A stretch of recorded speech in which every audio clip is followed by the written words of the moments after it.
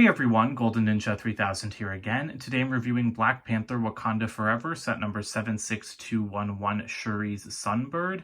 It's got 355 pieces, 4 minifigures, 2 of which are exclusive, and it retails for $50 in the US, which might seem like a lot of money, but honestly, after I was done building this set, I was really impressed with its value for that price. Our new Shuri minifigure is pretty awesome. I've already taken a look at her in my King Namor's Throne Room review, which you guys can watch now. I love this figure. I think all of the detail work is really excellent. I love that she has printed legs. I like all of the Wakandan designs in general, so I think that this suit looks cool. The new hairpiece is excellent. I'm really happy LEGO made one for her. And she's wielding her usual Panther gauntlets from the first movie. She does have an alternate face, but unfortunately she just has 2 smiles, and I really would have liked a more determined expression for her. Nakia has an insane new costume for Wakanda Forever. I love what they're doing with her character's look in the new movie, and this suit is just like gorgeous. She's from the River tribe, so I really love all the flowing lines and the blues and the greens. I love that new face print with all of the face paint. What I don't love is that terrible hairpiece. That is the hairpiece that LEGO made for her in 2018, and I'm really glad that LEGO made a hairpiece for her back then. But her hair does not look like that in the movie. It is long, I think it's braided, and it's like half red. Like the bottom of her hair is very clearly red. And so forget like the color, like forget LEGO even making her hair black and red. Why doesn't she just have longer hair? Her hair is not this short in the new movie. And as we can see from the concept art on the box, LEGO knew that. So that's really frustrating because, I mean, they didn't even need to make a new mold for her. They could have reused one of the new Avatar pieces or like Mordo's hair from the Sanctum, but a new piece would have been great. But, I mean, other than that, the figure is amazing. She has great back printing. She does have an alternate face, and I like her faces because she's got one smile and one angry expression. And, again, I really like fiercer expressions like this for the women of Wakanda because they are warriors. And she's wielding the same swords that she had from the first movie, but they're silver, and in the new movie they appear to be silver and green. So, again, it would have been nice to see that recolored. My favorite minifigure in this set is Ironheart Mark I. Riri Williams will be a major player in Wakanda Forever, and she has built the most advanced suit of armor since Iron Man. And I'm just so excited because Iron Man was my favorite character in the MCU until 2015 when Wanda was introduced in Age of Ultron, like introduced properly. So I'm super excited for Ironheart. I love this minifigure. Again, LEGO went all out with the detail. She's got excellent torso and leg printing, a brand new face print. I believe this is one of those newer skin tones. And she's holding a couple of accessories. I'm not sure what they're supposed to be, but this is supposed to be a very junky suit. It is her Mark I, and it's much like more rough around the edges than Tony's Mark I even. So she's got like this big like booster pack that is a great build, but does make it hard for her to stand up.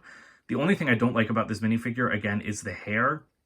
This is Monica Rambeau's hair from WandaVision, and Riri Williams looks nothing like this in the new movie. Like, we've seen this suit in concept art, we've seen glimpses of it in the trailers. Her hair is, again, it's like slicked back and braided down her back in like a ponytail or something. It's not like big and puffy like Monica's hair. And so I get why LEGO couldn't do a braid because obviously it would get in the way of the backpack, but they could have at least done a smaller hairpiece and not something this big. That being said, I think it looks good. It's not accurate to the movie, but I don't think it makes the figure look bad. Whereas like Nakia's hair, I think makes her figure look a little bit bad. And here's a closer look at her without all of that stuff. She does have some, again, excellent back printing. So much detail there for something that's really just covered up by the suit all the time. I mean, by the booster pack.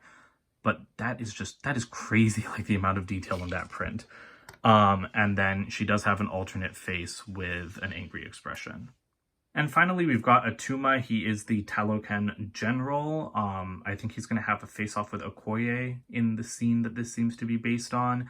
And I'm super excited for that. I think that this is a pretty cool minifigure. He was also in the Namor's Throne Room set. Love the new mold. Love the face print. Love the torso prints and everything. Like, this is just a crazy helmet. But I really feel like we should have gotten more generic soldiers in these sets, or Namora, Namor's cousin, instead, because I think getting 2 Atuma minifigures is just kind of boring. The Sunbird itself is an interesting design. It's kind of hard to photograph and stuff, so I didn't really know what to expect of it just based off of the box images, and I haven't seen any reviews, or I hadn't seen any reviews or anything before I started building it. But I really like it. It's so strange, but it's like really cool. It does look kind of bird-like, as the name would suggest. You've got like these massive like wing contraptions back here. There's a lot of transparent purple throughout, as you can see, and this is actually like a satiny transparent purple color. That is like the, again, like the opalescent or like satin transparent light blue. And then you've just got a regular transparent purple for the cockpit windshield. But this is just like, this looks like a Wakandan vehicle to me. It looks very unique. It really stands apart from stuff like the Royal Talon Fighter and the Dragonfly Flyer, or the Dragon Flyer. And so I like that. It does feel, it does like, it has a lot of style. And that's what I really like about like Wakandan vehicles and stuff. So inside the cockpit, this is like the only interior, which is a little bit disappointing on something this big, but it is pretty spacious, plenty of room for minifigures with all sorts of like hair pieces, which I really appreciate. You have a little stickered control panel, and Shuri can actually fit in there with her gauntlets on, and that's something I really appreciate, because I hate having to like find places to put minifigure accessories. But yeah, this is just really well constructed, and I love how this windshield piece just like fits perfectly over this slope, so there's like no gaps whatsoever. It's also covered up on the sides by these slope pieces, and there is a sticker on top, a transparent sticker, not too hard to put on, and I do think it adds good detail, but of course it would have been better if it was printed. And then you've got stud shooters on the side of the cockpit, which again, I said this in my Namor's throne room review, but these stud shooters, it's very easy to just pull the trigger with your finger as you're flying something around, and so I do like that. The shaping is really excellent all around. Like, I was really impressed by this piece being put onto like this weird piece from Monkey Kid. It's like angled with studs on the side, but again, it just like, it fits really perfectly. It was a very good feeling build. This does not have a lot of parts for a $50 set, but there are so many large pieces, and it was a really nice building experience, which definitely helps the value. You've got some stickers up top. I think they add excellent detail. It is a little bit hard to line them all up, and unfortunately they were printed on a transparent sticker sheet, so the gold isn't as vibrant as you would like. Like, you can see that gold looks nothing like the actual gold pieces. But I mean, I still think that they look good. At the back, you've got one singular engine with some transparent blue and like purple pieces in there that looks pretty decent. And then you've got these massive wings that are using these garage door pieces in this like opalescent purple, and there are more stickers on these wings. And they don't really do anything. Like, all they do is like move in and out, but you have to move those repulsors up front. So I'll show you that more in a second. And that kind of confused me, but I think that this design is really attractive because these look like really powerful engines. I love the way that these pieces have all kind of been layered on top of each other. And again, and these are large pieces, which helps with the whole piece count thing. And even just like the whole body of the ship, it's a very interesting design, like by having this kind of like curved out part and by having these repulsors underneath. And again, all of that is adjustable. So, oh, also like there's a little handle down here, so you could even have a minifigure dangling from down there if you wanted, which I didn't. I just realized that, but I bet you could clip Ironheart there and have her like kind of flying underneath.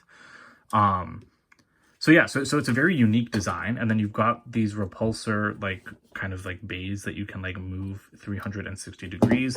Personally, I would rather just like angle them forward or back a little bit and then forward and back like that. Like, I wouldn't turn them upside down or anything, but they again add a pretty unique appearance. And then these guys can move all the way in and out. You can kind of knock them out of alignment, so I wouldn't like mess around with the middle one too much, but if you just grab it from the top and bottom, I think it works well. And so these can actually be brought a little bit forward, so you can get them like actually slanted a tiny bit forward, or you can push them all the way back and really like sleeken this thing up. And again, that's just a really interesting, it's an interesting look for the thing, and I really, really like it. But yeah, apart from the design, there's really nothing to talk about here because it's not like there are any play features besides the stud shooters.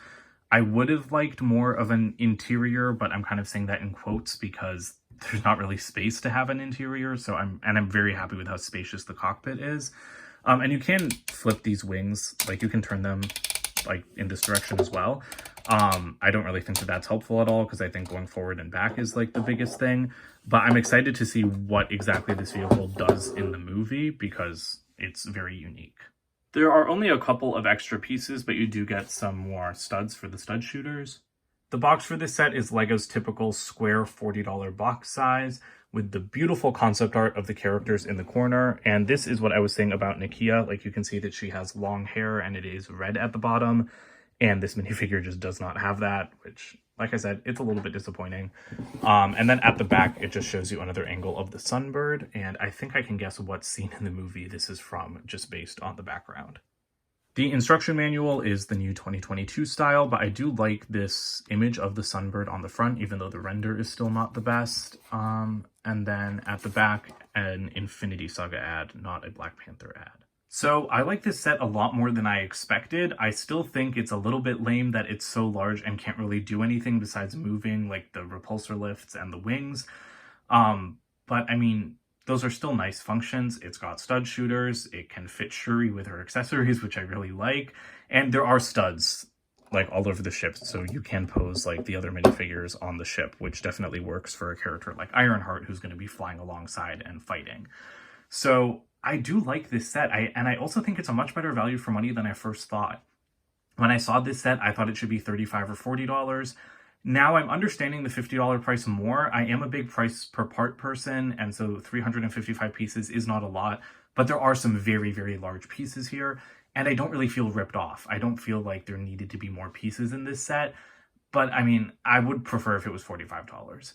For $50, I really would have expected Nakia to have a better hairpiece.